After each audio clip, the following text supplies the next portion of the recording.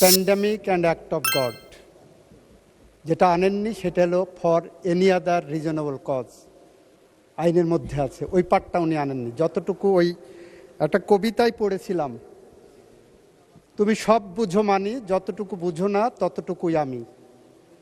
উনি সব বুঝেন, এটা যেমন মানি, কিন্তু যতটুকু ওনার প্রয়োজন ততটুকু উনি আনেন, এর বাইরেরটুকু আনেন না। অবশ্যই সংসদের, অবশ্যই নির্বাচনে যাওয়ার জন্যই এই 8 সপ্তাহ বা 7 সপ্তাহ 8 সপ্তাহ সরকার দায়িত্ব গ্রহণের পরে, গত 18 মাসে যখন নির্বাচন হয়নি, আমরা দায়িত্ব গ্রহণ করার পরেই বার কাউন্সিলের নির্বাচন উদ্যোগ গ্রহণ করেছি। এবং সেই ব্যাপারে বার কাউন্সিল একটি স্বায়ত্তশাসিত প্রতিষ্ঠান, আপনি জানেন। তারা স্বকীয়ভাবে স্বাধীনভাবে সিদ্ধান্ত নেন। মাননীয় স্পিকার, বার কাউন্সিলের উনি যে কথাটা বললেন জ্বালানি মন্ত্রণালয়কে টেনে এনে শুধুমাত্র একটা কারণে, সেই প্রেস রিলিজ আমিও পড়েছি, আমার নোটিশও এসেছে।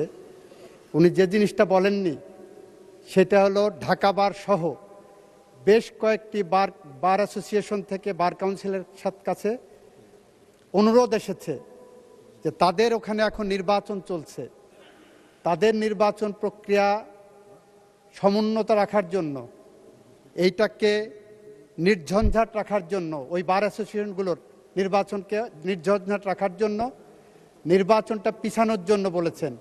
এবং বার কাউন্সিল একটি সংবিধিবদ্ধ সংস্থা হিসাবে বিভিন্ন বার অ্যাসোসিয়েশনের সেই অনুরোধটাও রক্ষা করেছেন।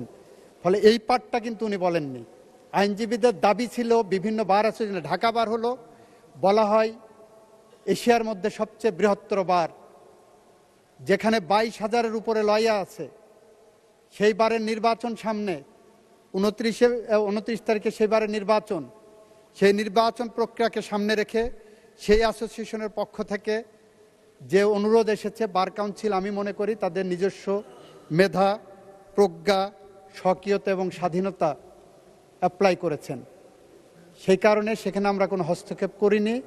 আমরা চাই ওনার মতোই যে বার কাউন্সিলের একটি স্বাভাবিক নির্বাচন প্রক্রিয়া এগিয়ে যাক, এবং সেই প্রক্রিয়া এগিয়ে যাওয়ার জন্য আমাদের পক্ষ থেকে আমরা সেখানে হস্তক্ষেপের মধ্যে যাচ্ছি না।